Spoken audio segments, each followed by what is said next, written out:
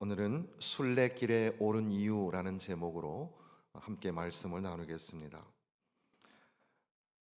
하나님의 성전에 들어가는 것이 참 좋은 거구나. 하나님의 성전에 들어가면 하나님의 이름이 있고 하나님의 거룩하신 영광이 있으며 하나님 성전에 들어가는 자는 사함을 얻고 문제가 해결이 되고 생수의 강이 흘러서 회복이 되고 고침을 받는구나. 참 좋구나. 오기를 잘했다. 성전에 들어가기를 참 잘했다.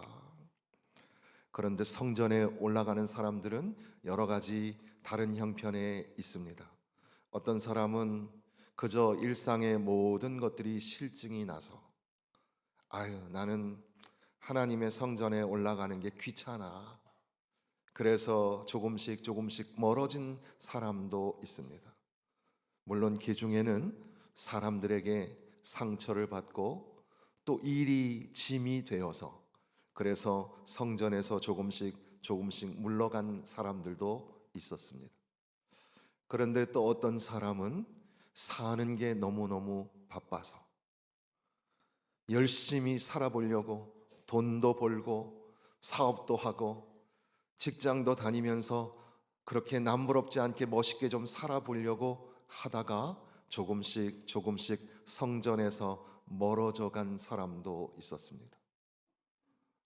그리고 또 어떤 사람은 오고 싶은데 성전에 가서 친구들도 만나고 함께 찬양도 올려드리고 싶었는데 이제는 더 이상 몸이 말을 듣지 않습니다. 원치 아니하는 병이 찾아오고 이제 쇠약하여 약하여지는 것을 막을 방법이 없어서 가고 싶은 마음이 있지만 내 다리가 내 힘이 안 돼서 못 갈 것 같아. 그래서 하루 포기하고 또 그 다음 포기하다가 점점 성전과 멀어지게 됩니다. 그런데 모든 일에 탈진이 오고 지쳐있던 사람 그 마음 가운데 성령께서 찾아오셔서 야, 주님 전에 나아가서 주님과 만나는 시간을 가지면 너에게 다시 새 힘이 생길 거야. 지금 네가 모든 게 지쳐 있어도 이거 일 때문에 그런 게 아니라 주님과의 관계를 회복해야 돼. 성령께서 내게 마음을 주셔서 그래, 그래도 내가 주님 전에 올라가야지. 하나님 전에 가서 하나님 앞에 찬양 드려야 되겠다.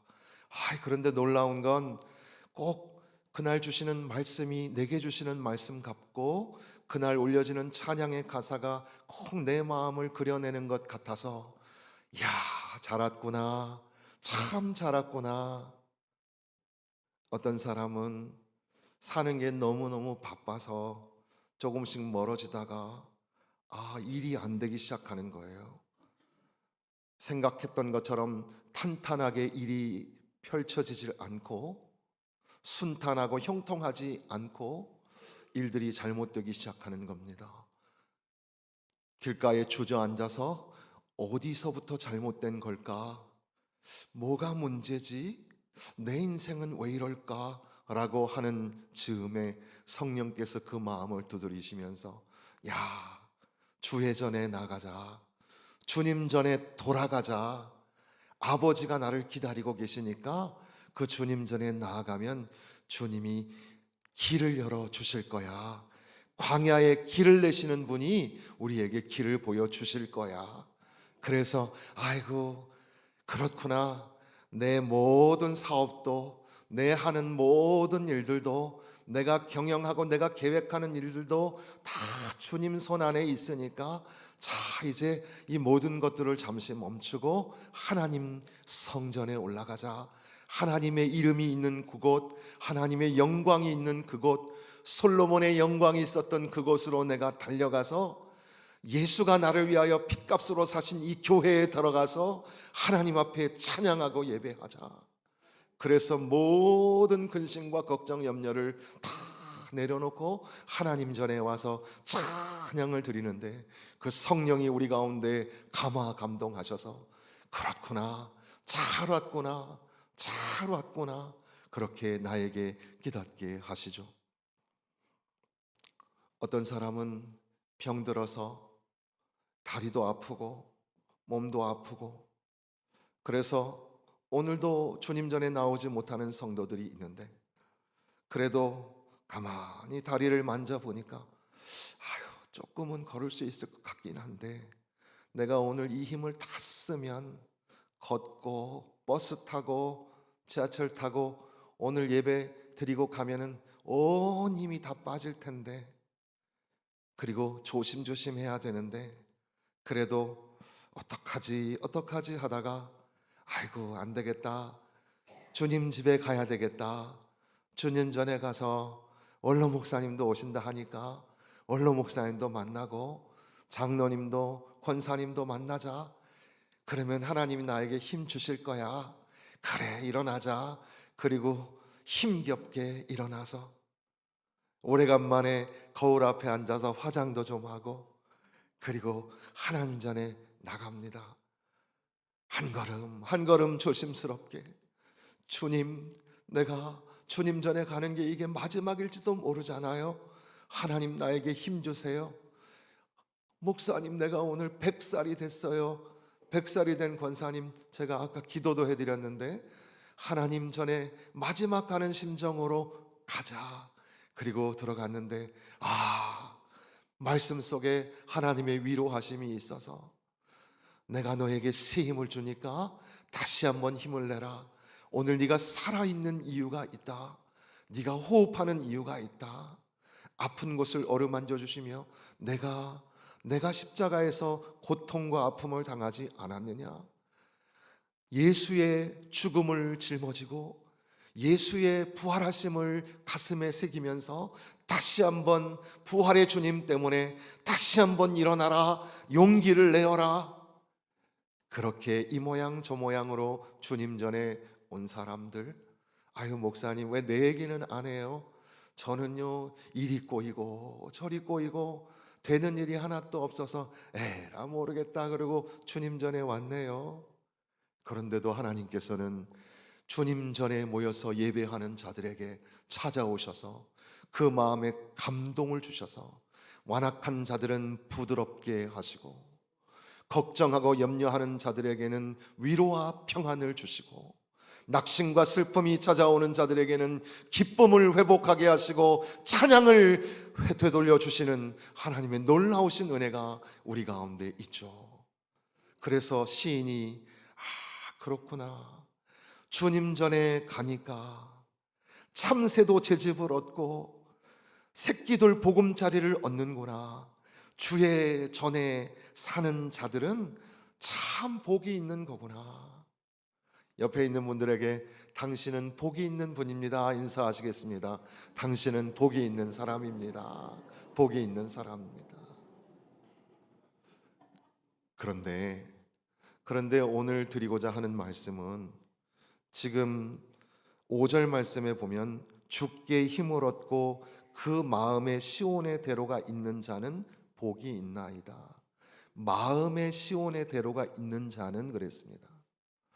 그래서 어떤 학자는 여기에 나와 있는 문법을 예리하게 보면서 1절부터 4절까지가 주의 궁정에 있는 것을 노래하고 있었는데 사실은 그것이 기억의 상상력이었다는 겁니다. 그러니까 예전에 하나님전에 갔을 때 하나님전에 가면 참 복을 받는구나, 그것을 기억하고 그 마음 속에 성전을 사모하는 마음이 있었는데, 이제 5절부터는 그래, 내가 주님 전에 올라가야 되겠다, 성전에 올라가야 되겠다, 이런 마음을 먹게 되었다는 겁니다. 까미노 데 산티아고라고 들어보셨나요? 프랑스와 스페인 사이의 거리를 한 30일 동안 계속 걷는 순례자의 길. 그래서 파울로 코엘료의 순례자라는 그 책 때문에 유명해지기도 했지만, 많은 사람들이 그 순례자의 길을 걷고, 어떤 사람은 뭐 4번, 5번도 갔다 온 사람 있다고 해요. 어떤 인터넷 블로그에 보니까 왜 까미노 데 산티아고를 가나요? 그랬더니 그냥 모든 일상을 멈추어 놓고 그냥 막연하게 걷는 게 내 로망이에요. 이렇게 말하는 거죠. 저도 언젠가 기회가 되면 까미노 데 산티아고 그 길을 걸었으면 좋겠다. 그 길을 걸으려면 모든 일을 다 멈춰야 돼요. 모든 것들을 다 멈추고 직장도 뭐 여러 가지를 다 내려놓고 그냥 계속 걷는 겁니다. 한 달 내내 걷는 거죠. 어떤 사람들은 새로운 경험을 하고자 하는 사람도 있고, 어떤 사람들은 거기에서 좋은 순례자의 친구들을 만나기도 하고, 또 이 까미노 데 콤포스텔라라고 부르는 이유는 성 야고보의 성당, 교회가 있는 곳까지의 그 여정이다 보니까 많은 캐톨릭 신자들이 그 길을 걷고, 그 길을 걷는 사람들은 종교와 상관없이 다 순례자라는 이름을 받게 되죠. 그래서 굉장히 거룩해지고 한 걸음 한 걸음 그저 막연한 뭐 볼 것도 별로 없는 길을 걷는 건데도 불구하고 주님의 고난의 길을 생각하고 또 오늘 내가 어떻게 인생을 살아야 할 것인가를 생각하게 된다는 거죠. 그렇게 등등의 여러 가지 이유, 또 심지어 어떤 사람은 걷기 운동에 있어서는 아주 최고의 시간이 된다고, 뭐 훈련을 안 하려고 해도 어쩔 수 없이 한 달 내내 걸어야 되니까 걷기 훈련의 최강의 코스가 될 것이고, 어떤 사람들은 거기서 규칙적으로 먹는 음식을 우리 몸속에 체득할 수 있다, 뭐 이런 말도 하기도 합니다. 왜 이런 말씀을 드리냐면, 오늘 우리도 까미노 데 산티아고를 가듯이 매 주일마다 주님 성전에 오르는 순례자의 길을 걷는 거죠. 우리는 아버지 계신 천성길을 걸으면서 이렇게 주일마다 오는 이 순례자의 길을 노래하고 아버지 길을 고대하고 사모합니다. 그래서 저 멀리 배는 나의 시온성, 그러면서 주님 계신 성전을 향하여 걸어가는 순례자의 마음으로 한 주 한 주 그렇게 신앙생활을 했던 거죠.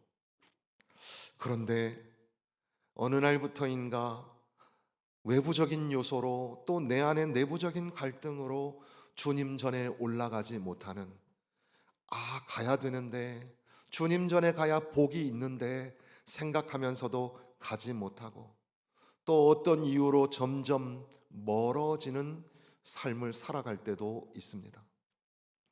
그런데 그 마음 속에 그 과거의 기억의 상상력을 더듬어서 하나님 앞에 나아가야 되겠다. 하나님 앞에 나아가야 하나님이 눈물 골짜기를 이제 샘물이 흐르게 하시고 비가 내려 복을 채워 주시는 것을 깨닫고 하나님 전에 나아가야 되겠다.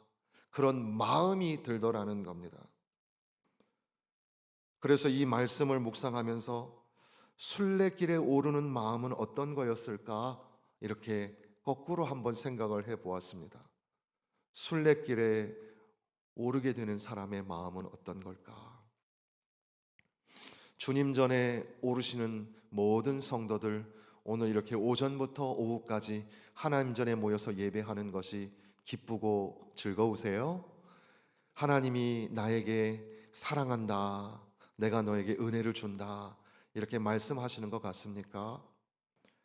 때로는 우리에게 그것이 명확하게 들리지 않고 영적인 센스, 영적 감각이 좀 떨어지는 것 같을 때에도 아유, 내가 이러고 있으면 안 되지.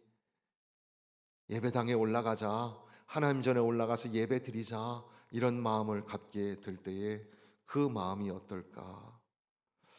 5절 말씀에 보면 주께 힘을 얻고 그랬습니다. 그리고 7절에 보니까 그들은 힘을 얻고 더 얻어 나아가 그랬습니다. 그러니까 하나님 전에 오르는 자, 성전에 오르는 자에게는 하나님이 힘을 주시는 줄로 믿습니다. 힘을 주시고 더 주시는 줄로 믿습니다. 그런데 이걸 반대로 생각해 보면 지금 하나님 전에 올라가는 이 사람의 마음, 이 사람은 지금 힘이 없어요. 하나님, 나는 힘이 없어요. 내 육신이 너무너무 힘이 없어요. 사실 몸에만 힘이 없는 게 아니라 마음이 그냥 그래요. 하나님, 나는 별로 흥이 안 나요. 힘이 없어요. 더군다나 경제적인 문제가 우리에게 닥치거나 또 자녀들이라든지 우리에게 정말 중요한 영향력을 끼치는 어떤 관계적인 문제가 우리 안에 생겼을 때는 사는 게 사는 것 같지 않습니다. 힘이 없어요. 힘이 없어 주저앉을 때 그 사람 그 마음에 순례길에 올라야 되겠다, 그런 마음이 든 거죠. 순례길에 오르면, 성전에 올라가면 하나님이 힘을 주실 거야. 하나님이 힘을 주시고 더 주신다고 약속하셨어.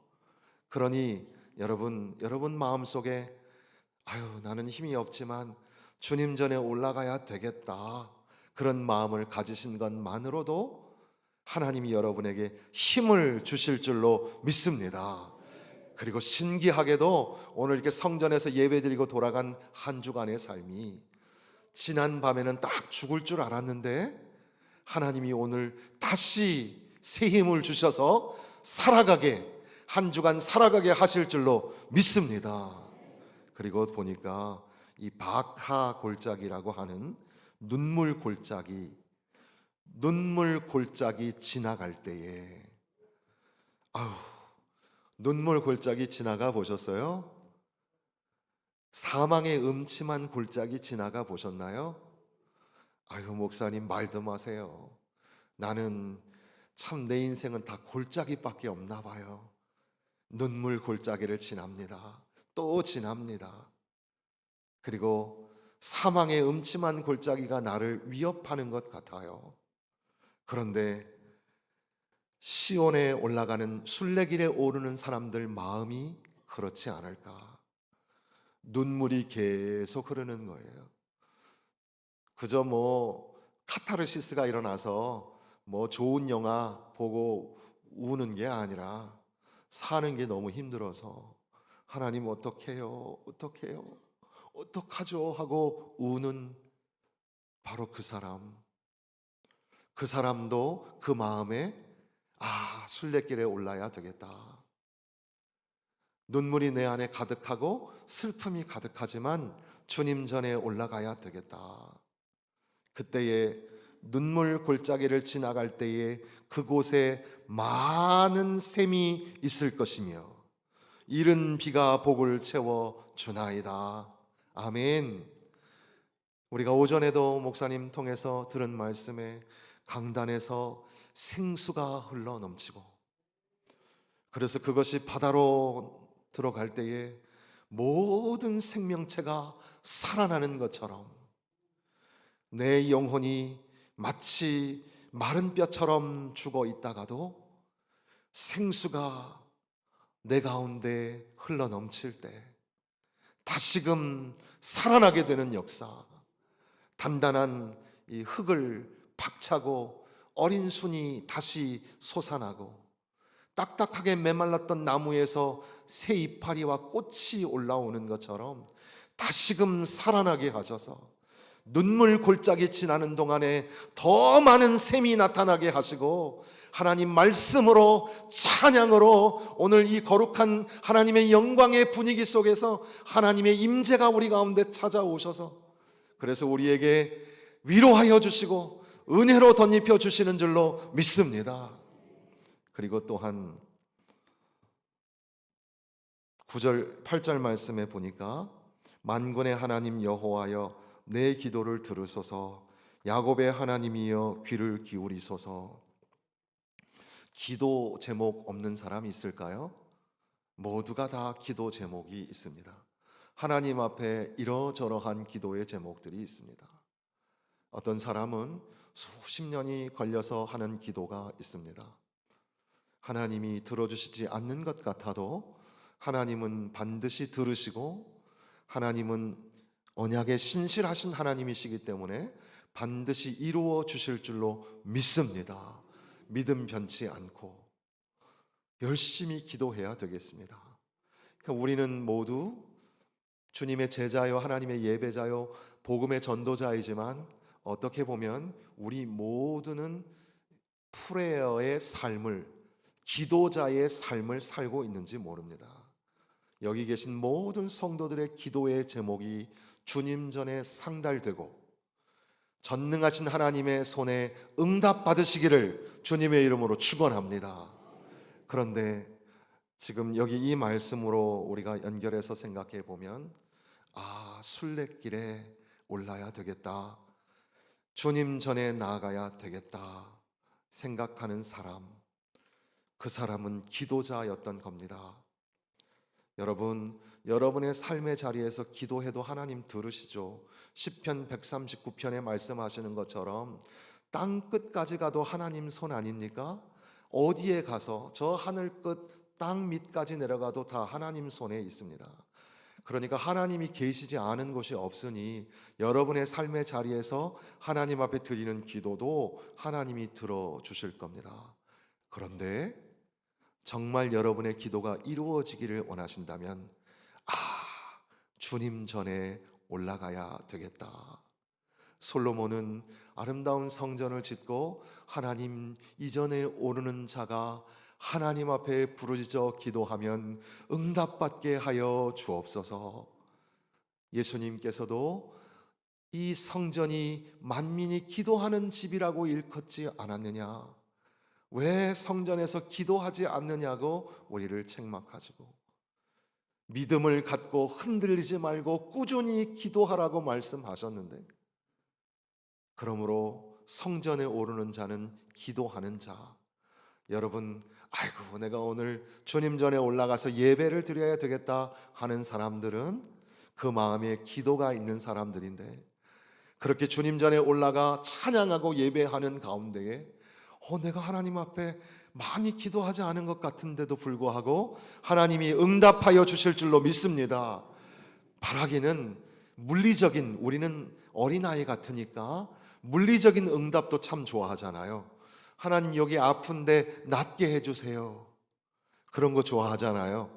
여러분, 그런 기도 응답도 일어났으면 좋겠습니다. 그래서 예전에는 우리 아픈 데 잡고 기도하자 그러면 머리 그냥 어디 아픈 데를 잡느라고 여러분의 아픈 곳곳도 낫게 되는 것처럼 여러분 안에 크고 작은 소원들이 이루어지고 더 깊은, 더 신실한, 더 성숙한 기도의 제목들 주님 전에 나가 예배하다가 하나님이 응답하여 주시는 놀라운 축복도 경험하시기를 간절히 축원합니다.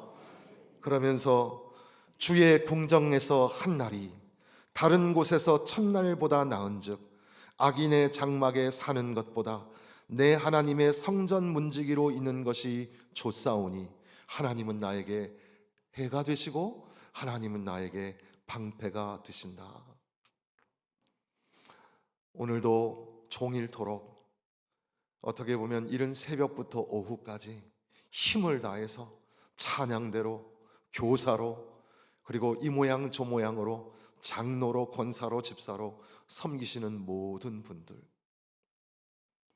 새벽에도 우리가 말씀을 나눴지만 그 보배를 우리는 질그릇에 가졌으니 내 능력이 아니라 하나님의 능력으로 감당한다고 오늘도 하나님 능력 힘입어서 이른 아침부터 종일토록 수고하고 섬기는 여러분, 그러나 하나님 전에 있는 것이 복이 있다고 우리가 함께 나누는 것처럼 하나님의 궁정에서의 한 날이 다른 곳에서의 첫날보다 낫다는, 이것이야말로 오늘 우리에게 주시는 아주 귀한 메시지가 아닐까요? 여러분, 성전을 사모해야 합니다. 하나님이 왜 이 땅에 교회를 주셨을까? 저는 교회를 이 땅에 주신 이유는 하나님 앞에 예배하기 위하여, 그리고 세계 모든 열방에게 복음을 전파하게 하기 위하여 교회가 존재한다고 생각합니다. 그런데 이 예배와 선교라는 일들을 감당하는 교회, 그런데 가만히 보니까 우리 성도들의 삶에 교회가 뗄래야 뗄 수 없는 관계 속에 붙어 있죠. 왜 하나님은 이 교회를 우리에게 허락하셨을까?